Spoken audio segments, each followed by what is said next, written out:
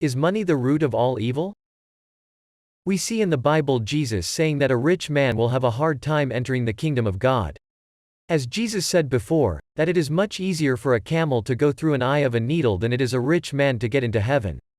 But is that all Jesus meant, or was there more to it than that? Even his disciples asked for clarification. 2 verses later we see Jesus respond, "With man this is impossible, but with God all things are possible." So what was Jesus trying to say? Jesus was saying as a human being you wouldn't be able to fit a camel through a needle, but that God could get it done. Which means God can also get a rich man into the kingdom of heaven, but it would just be a bit tougher to do, since with God all things are possible. As we see later on, Jesus preaches about the parable of the bags of gold. Jesus tells the story of 3 servants who were each given bags of gold to use according to their abilities. The first 2 servants found a way to invest the gold to get a return on the master's money. The last servant only hid the gold and therefore wasn't able to receive any return on investment.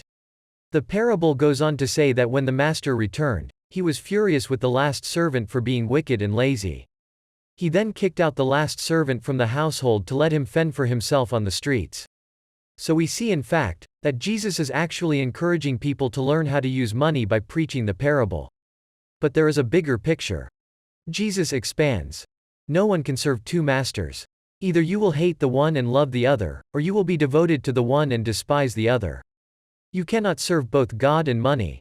And what does it state in 1 Timothy chapter 6? For the love of money is a root of all kinds of evil. So now we can see the complete picture.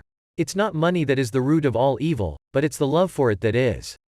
And if you serve God first as your master over money, that means you love God, and not money. Which means you can still use money as Jesus encouraged, but you'll ultimately put God first and foremost.